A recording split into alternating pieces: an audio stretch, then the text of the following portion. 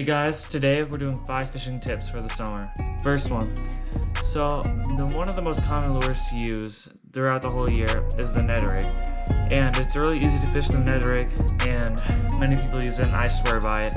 I've caught some good fish on this channel using it, but sometimes it's just not the move. People use it way too often, and it's not the most effective way of catching fish. The Ned rig works the bottom of the water column, and fish, they can only look up, they cannot look down, but when they're on the bottom of the water, they can see that Ned rig.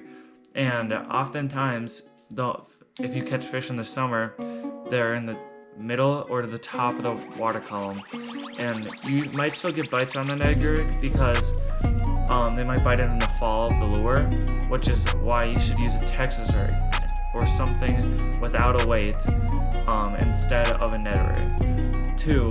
Use scent. Scent can be like the make or break for catching a fish. Sometimes the fish are finicky, they won't bite, and it is the one thing that'll trigger that bite. I really recommend garlic, and the best thing about that is it makes like the tip of the worm that you use chartreuse, which is also good for dirty water conditions or even clear water conditions.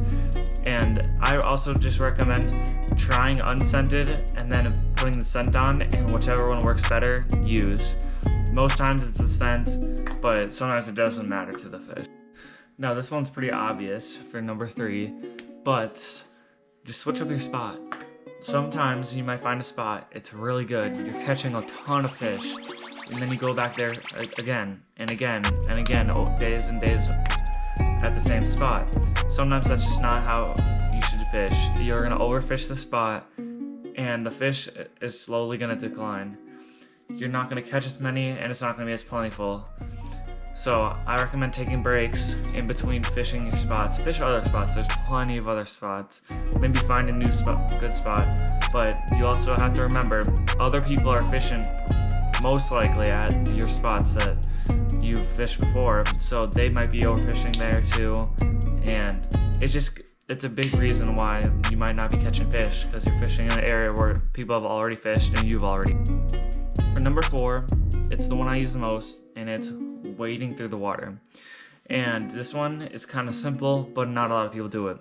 Wading is the best way to find new spots and fish areas you can't without a boat. I'm mostly a bank fisher, and I have to wade a lot to get to new spots. It might feel wrong because you're crossing where people's private property are, but in the state of Minnesota at least, you cannot own water where there's a public spot where you can go on the bank. So if there's a public area on a beach, you can wade around the whole lake, and same goes with the rivers.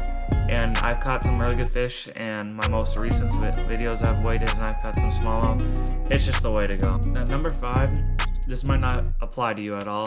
It kind of applies to me, but frog fishing, it is very popular around this time of year because it's very good. The topwater bite is on, but you might have difficulty hooking fish, and that is because you have to wait 2 seconds, obviously, but sometimes you just keep missing fish because of that weedless hook. Now, unless you're fishing around lily pads or weed beds, I recommend you use a popper. Popper does the same thing. They go around and just splash, make commotion in the water, and they have 2 treble hooks, or sometimes 3, and that will give you a much better hookup ratio, especially for beginners. This is the way to go. When I first started fishing, I would always use poppers instead of frogs because I would always miss on frogs. So yeah, thanks for watching, guys. Yeah, I have a lot of videos coming soon, just so stay tuned for that.